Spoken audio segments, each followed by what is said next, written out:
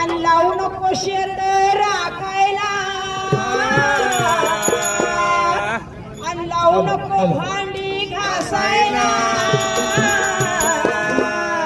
आणि मला बाई जायचं साड्याला ग मला बाई जायचं साड्याला मला बाई जायचं साड्याला ग मला बाई जायचं साड्याला मला बाई जायचं साड्याला ग मला बाई जायचं साड्याला मला बाई जायचं साड्याला ग मला बाई जायचं साड्याला अगं बांबू टिंगू माझ्या मैत्रिणी बांबू टिंगू माझ्या मैत्रिणी पाठ झाली त्यांची उजळणी पाठ झाली त्यांची उजळणी एक दोन नाम बनच एक दोन नाम बनच अक्षर येईना लिवायला ग मला बाई जायचं साड्याला मला बाई जायचं साड्याला ग मला बाई जायचं साड्याला मला बाई जायचं साड्याला ग मला बाई जायचं साड्याला माझे बाबा गेले हो परगावा माझे बाबा बाहेर गावी गेल्यानंतर त्यांचं जर का पत्र आलं तर ते कसं वाचायचं म्हणून माझी लेक माझ्या पुढं येऊन बसते अगं आहे बाबाचं पत्र आलंय ते कसं वाचायचं आता माझे बाबा गेले हो परगावा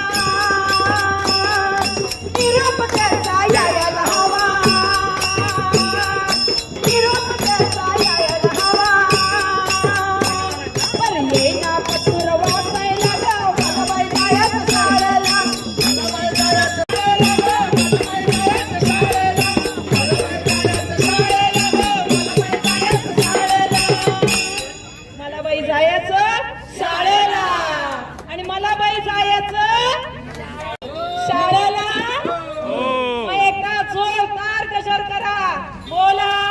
पुंडलिक देव हरी विठ्ठल श्री ज्ञानदेव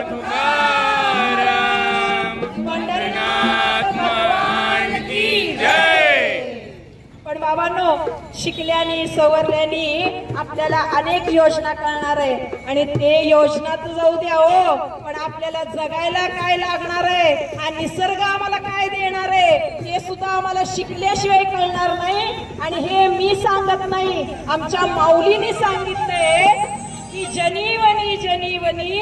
हरी हरी हरी हरी. आणि म्हणून या पर्यावरणाचं संतुलन राखायचं असेल तर आपल्याला याचे सुद्धा ज्ञान असणं फार गरजेचं आहे. जनीवनी जनीवनी हरी